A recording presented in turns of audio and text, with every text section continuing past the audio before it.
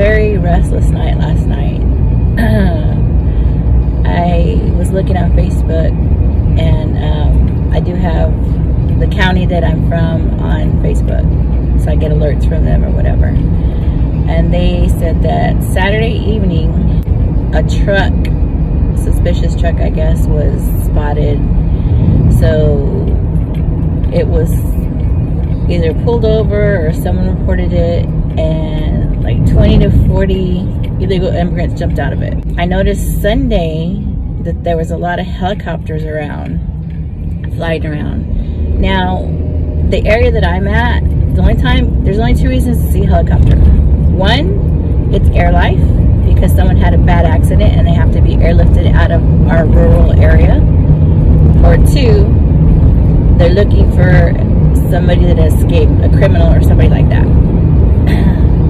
So anyway, the article goes on to say that they were searching the area for people that took off that they didn't catch, and so I'm assuming this is what the chopper was for on Sunday. We have dogs, but my daughter has two, and then we have a stray that showed up.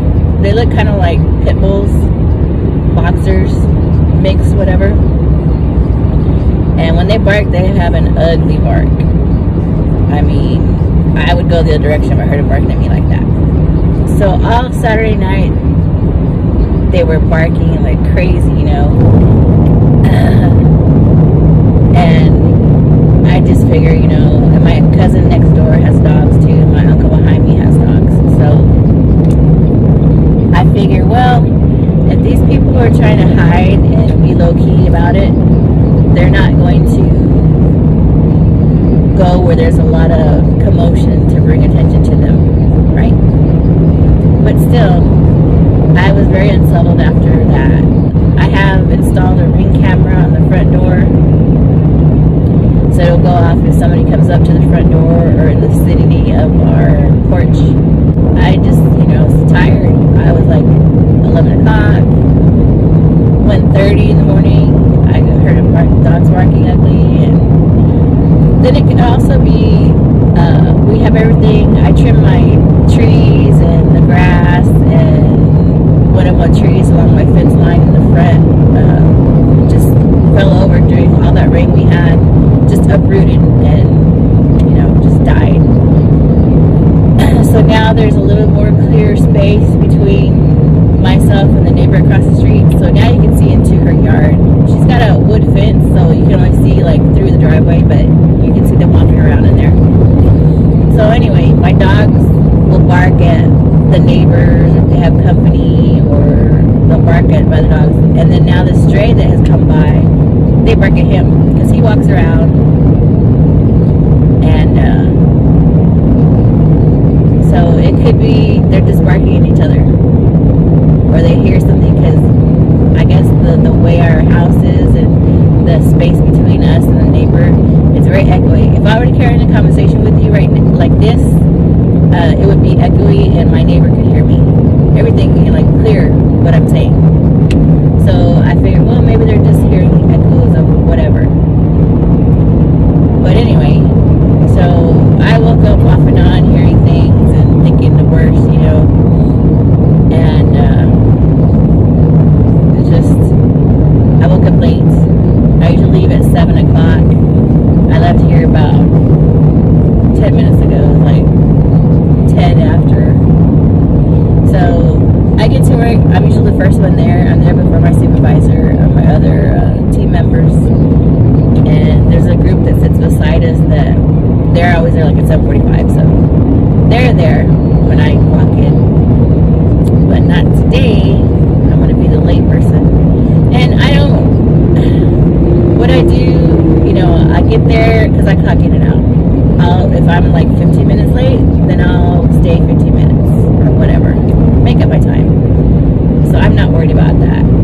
And my supervisor might be like, oh, where you at? But they know that they look at my timesheet kind of thing. It's pretty much an honor system, but I mean, she sees every morning I'm there before her, so I'm sure she's like, oh, she's had an issue this morning. So anyway, I'm tired. tired. I haven't even started work and I'm tired, which is not a good thing. Because I lose focus. You know, some of the data entry that I do or some of the, I have to catch discrepancies. So if I'm kind of like zoned out, I'll probably, like today, I will more than likely go over my work twice. Like go through it once and then, okay, check, and then I'll go over it again just to make sure that I caught everything.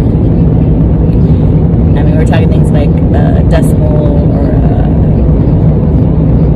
volume or something like that. And you know, when I first started doing these other things, I would miss some things, and the girl that trained me, she's like, okay, you look at that, you look at that. So just the areas that are usually the parts that, you know, someone misses, I'll go over twice. But anyway, so I don't know what to do about that until I hear the clear whatever, you know, I guess. I'm going to have some sleepless nights. And then I try to say, oh no, don't worry about it, girls, you know, just keep everything locked. We got all the cameras, the dogs will scare them off, which they will. Try not to worry, it'll be okay. Excuse me. So, we'll see how that goes.